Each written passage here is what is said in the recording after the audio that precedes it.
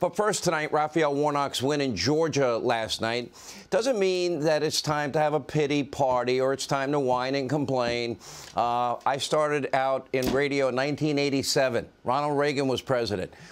During that period of time, Bill Clinton became president. Barack Obama became president. Now we got Joey. So there's ups and downs on political cycles.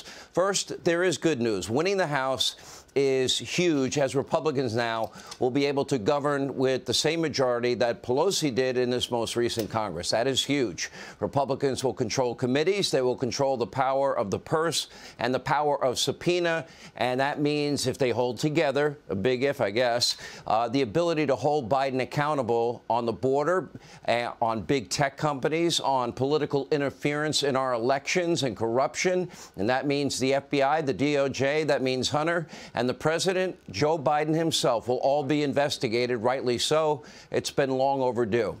But first, we do need to ask and look at this objectively.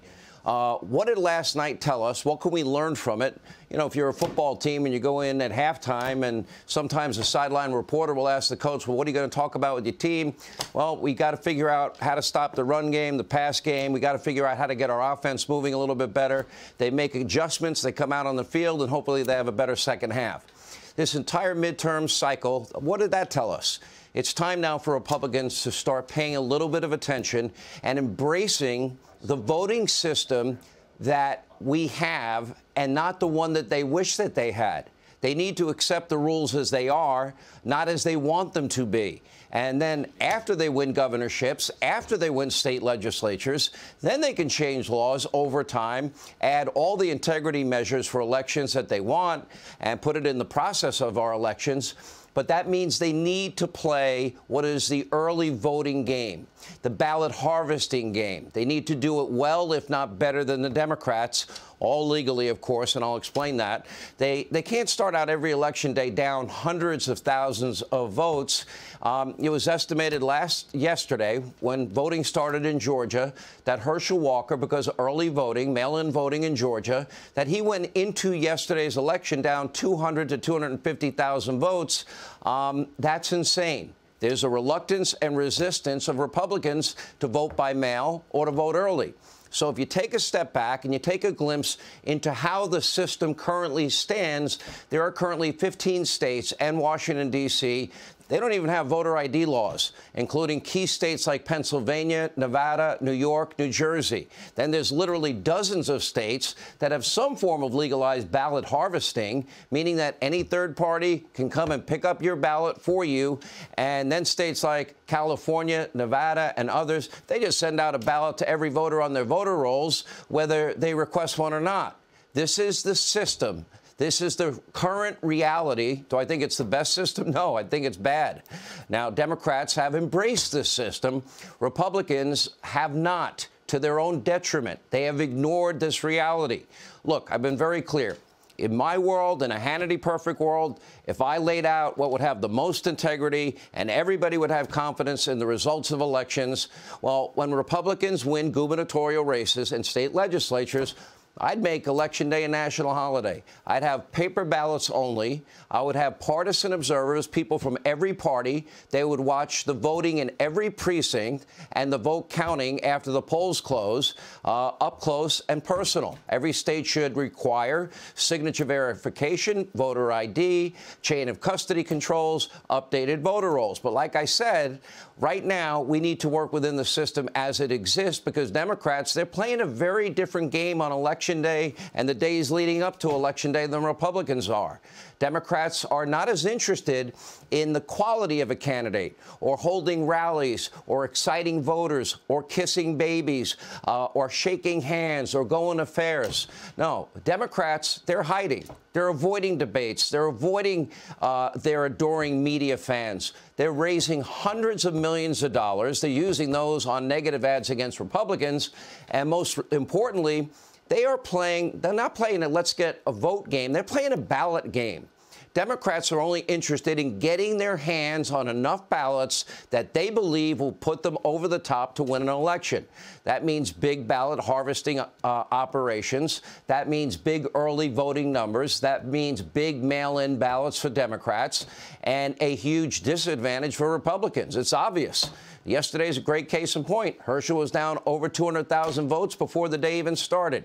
Look at this new piece from Axios laying out how thousands of Georgians were paid to bring up Warnock just in conversations with friends and family and get them to vote for the far-left senator. The tactic, it's known as relational organizing, used by Democrats across many different races in this election cycle. It is but another example of how Republicans, they're not only playing catch-up, they are running elections on an old, outdated. Imagine this is my iPhone 1.0 version of elections, and Democrats over here, they've got a 10.0 version of elections. And Republicans, they need to catch up and build out a 14.0 election model. Republicans can't just accept that they're going to be down big on Election Day and then try and make it all back up on Election Day voting. It's just not going to work. It is too steep of a hill to climb. The GOP can't just totally cede early voting, mail-in voting to Democrats and put themselves into one deep hole after another. Look at the state of Florida, for example. Their voting system was a complete, utter, total mess. Remember the 2000 elections? Hanging, swinging, dented, perforated, chads, et cetera, et cetera. They fixed that system. I don't think anybody could ever say with any confidence that it was only 537 votes that was the difference in that race. But at some point, the Supreme Court weighed in, and that was the end of that. But now they fixed their system. They put integrity measures in the system. Now Florida has one of the best-run voting systems in the entire country. And by the way, Republicans in Florida, they've embraced voting early. Republicans in Florida, they've embraced voting by mail. Every voter has to have a voter ID. Signature verification is required.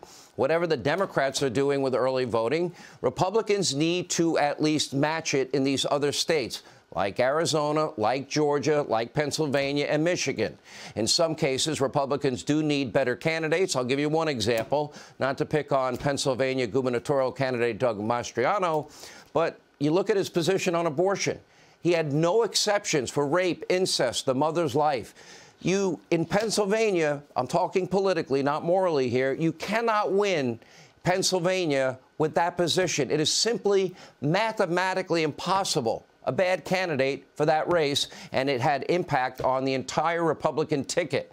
Now, I have confidence that with the right leadership, Republicans can get this done and win these swing state seats in 2024. But it's not easy, but it is doable. Now, also remember, there's another major part to all of this. I think I'm the only one talking about it. I call it accelerated migration. Now, that refers to Republicans fed up with far-left failures in blue states and seeking refuge in states like Florida, the Carolinas, Texas, Tennessee, et cetera.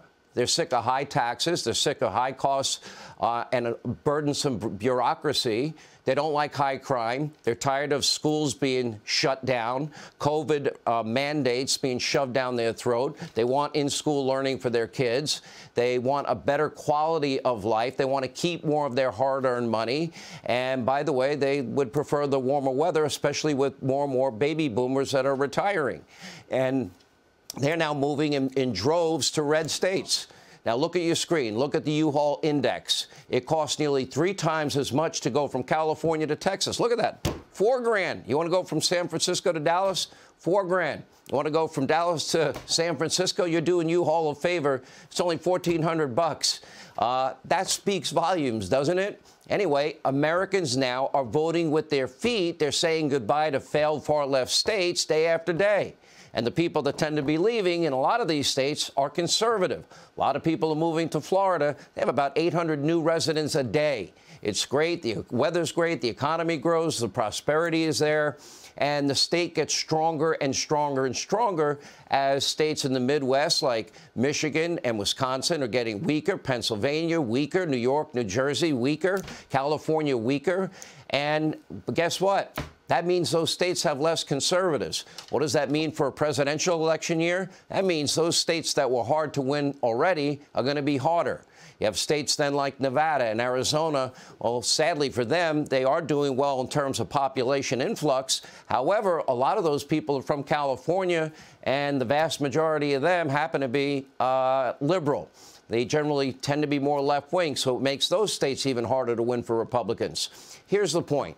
This may all seem very complicated, and it's going to take deliberate and a well-thought-out strategy, and it's why Republicans need to have a sense of urgency now before the election in November 2024, especially when it comes to the issue of perfecting the ground game, perfecting the ballot game, embracing early voting and mail-in voting and legal ballot harvesting, and start winning these close elections and outdo the Democrats at their own game. Hey, Sean Hannity here. Hey, click here to subscribe to Fox News YouTube page and catch our hottest interviews and most compelling analysis. You will not get it anywhere else.